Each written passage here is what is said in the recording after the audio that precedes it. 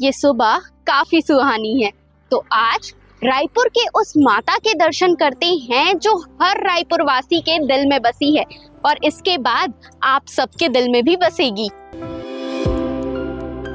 मैं बात कर रही हूँ रायपुर के बंजारी मंदिर की, जो करीब 500 साल पुराना है।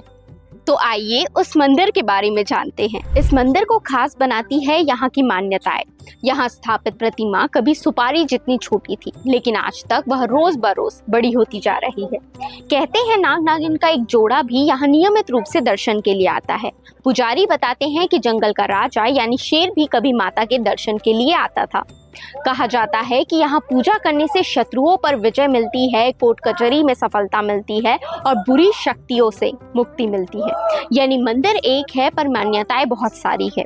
यही वजह है कि आज भी श्रद्धालु बड़ी संख्या में यहाँ नारियल और चुनरी चढ़ाते हैं और माता उनकी हर मनोकामना पूरी करती है। इस मंदिर की एक और खासियत है, माँ बंजारी बगुला मुखी स्वरूप में विराजमान है, इसलिए यहाँ की पूजा तांत्रिक साधनाओं के लिए भी जानी जाती है।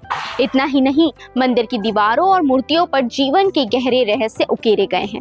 कर्मफल, स्वर्ग, नर्क और मोक्ष की कहानियां। भक्त मानते हैं कि सिर्फ यहाँ के दर्शन कर लेने से पापों का प्रायश्चित और आत्मज्ञान की प्राप्ति हो सकती है। पहले ये जमीन काफी बंजर थी, ना पेड़ थे ना पौधे थे, लेकिन तभी एक तपस्वी ने तप किया और अचानक धरती से वो शक्ति प्रकट हुई जिसे अब माँ बंजारी कहा जाता है। यानी मंदिर एक, मान्यताएं अनेक। आपने इतनी सारी मान्यताओं के बारे में सुन लिया इस मंदिर के, लेकिन कमेंट करके ज़रूर बताइएगा कि क्या आपने माता के दर्शन कर लिए हैं, और नहीं किए हैं तो ज़रूर करिएगा। वीडियो अच्छी लगी हो तो लाइक करें और हमारे चैनल सीजी भास्कर को फॉलो एंड सब्सक्राइब करना ना भूलें।